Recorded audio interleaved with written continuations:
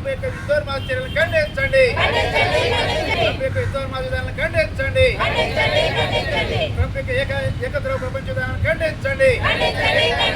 ప్రపంచాధిపత్యం కోసం అమెరికా చేసే చర్యలను ఖండించండి. సామ్రాజ్యవాదానికి అది అంతకుముందు కాంగ్రెస్ ప్రభుత్వం నుండి బీజేపీ ప్రభుత్వాన్ని పూర్తిగా వాళ్ళకి లింగుబాటు విధానాన్ని అనుసరిస్తూ ఉన్నారు. దీన్ని కూడా మనం ఖండించాల్సిన అవసరం ఉంది. ప్రభుత్వం ఇలా ప్రజానికం పెద్ద ఎత్తున ఉద్యమిస్తా ఉన్నారు.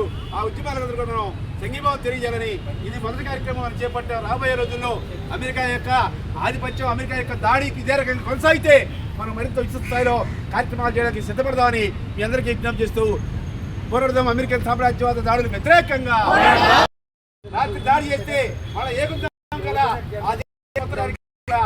అమెరికా మేము మా తిరుగుబాటు కొనసాగిస్తాం. ఏ పరిస్థితి కూడా లొంగిపోం.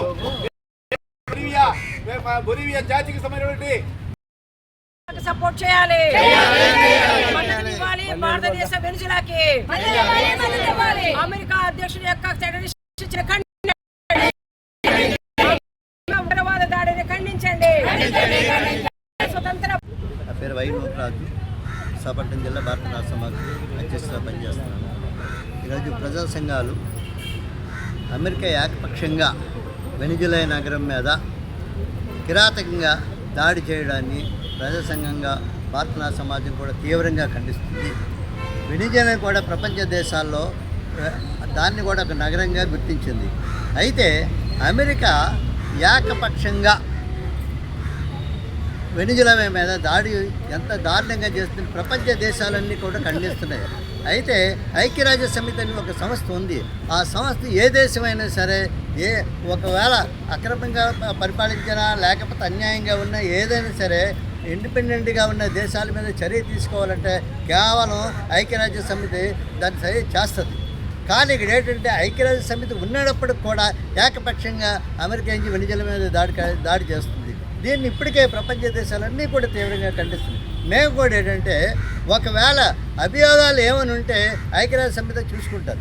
చూసిన తర్వాత నేరాలు వగైరా చేస్తాయి. కానీ ఇక్కడికి వచ్చేటప్పటికి ఏంటంటే దాన్ని ఏకపక్షంగా అంటే వెనిజులాలో వీళ్ళు దాడి చేయడానికి ప్రధాన కారణం ఏంటంటే వెనిజులా ఆధ్వర్యంలో విపరీతంగా చమురు క్షేత్రాలు ఉన్నాయి.